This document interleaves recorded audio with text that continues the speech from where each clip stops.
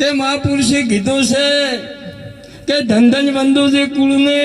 જે કુળમાં હરિદાસ્યા કોટી તીરથ વર્તવા છે એમના માત પિતાને તો આવા પુત્ર પવિત્ર હોય પ્રકાશા સંત સમાગમ તો જે કરે એ તો સર્વથી ઊંચ કહાવે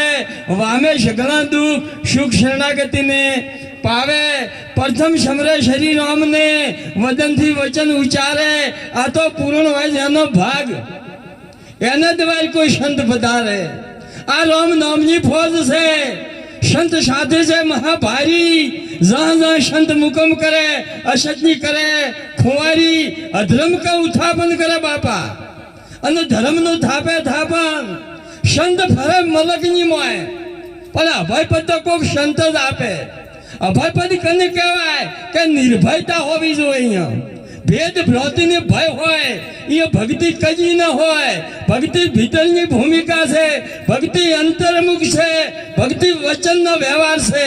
ભક્તિ મન કર્મની વચનની છે તારે મહાપુરુષે કીધું છે કે વસને બધા વિશ્વથી ન્યારા પૂજના થઈને દેવો રામકૃષ્ણ જેવા ચર્ચા જગતમાં આ પૂરણી દાખલો લેવો ભૈરજ હો જેહમાં વસને જીવો એની સતમત થઈને સેવો અને ગંગા સતીએ પણ કીધું છે કે જથારથ વસનજી સોન જેને જોણી એને કરવું ન પડે બીજું કોઈ અને લોયાને પણ કીધું છે એ લાખા વચન રમે છે 14 લોકમાં એની જોને વિરલા કોક તો આ વસન કેવું છે કે કોણ વચન કા મુખ છે કોણ વસનિયા હોશ કોણ વસનનું રૂપ છે અને કોણ વસનનો આ દેહ છે વાલા તો મહાપુરુષે કીધું છે કે અમી વચન કા મુખ છે સુરત વસનની હોશ આ જ્ઞાન વસનનું રૂપ છે અને સત્ય વચનનો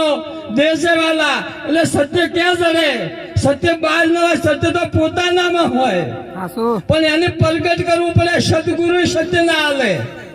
પણ એને જાણવું પડે તો સત્ય તો પ્રગટ હોય ખૂણે ખસકી ન હોય માટે સત્ય કેવું છે કે સત્યના પગ છે ધર્મના છે સત્યનું માથું છે હાથ એના પરમાર્થ છે અને જ્ઞાન એનું સ્વરૂપ છે વાલા એટલે આજનો મહેમાન જે હમમાના નોમનો છે એમના પરિવારને પણ તાળી તાળી વધાવો મહાપુરુષે કીધું છે કે મહેમાન મોટો હરિના નોમનો અને મુખી વર્ણ્યોના જાય મહેમાન મોટો છે હરિના નોમનો એટલે એમ પણ આજ અમારે હમમાના નોમનો આ મહેમાન છે અને પરંપરા આપણા ભારત વર્ષમાં આ ઋષિ મુનિઓ આ મહેમાન ચલાવતા આવ્યા છે અને આજ સુધી આ મહેમાન ટચી રહ્યો છે માટે ધન્યવાદ કહેવાય અને એવા અમારા પરમ વંદનીય ભેમદા મહારાજ જ્યારે આ સૃષ્ટિમાં કોઈ ભજન જેવું હતું જ નહીં પણ એ સમયે એમનામાં અનુભૂતિ જાગી હતી અને આ બીજ પેપળોથી પણ લાયા હતા અને એમને આ બીજને જાળવી રાખ્યો હતો પણ એનો વિકાસ થતો નતો એટલે અમે પણ આમાંથી કરીને એવા માધવદા મહારાજે આ બીજની કલમ કરી અને આજનો આ બગીચો ફાલ્યો છે એ બદલ માધવદા મહારાજને પણ કોટી કોટી વંદન છે વાલા કારણ કે આજ સુધી આ જળવાઈ રહ્યું છે એટલે આ મહેમાન પ્રતિદિન જેમનો એનો વધારો થાય એ બદલ એમને પણ કોટી કોટી વંદન છે વાલા માટે સદગુરુ વગેરેનો કોઈ ઉધાર નથી ચમ કે સંતોનો દેશ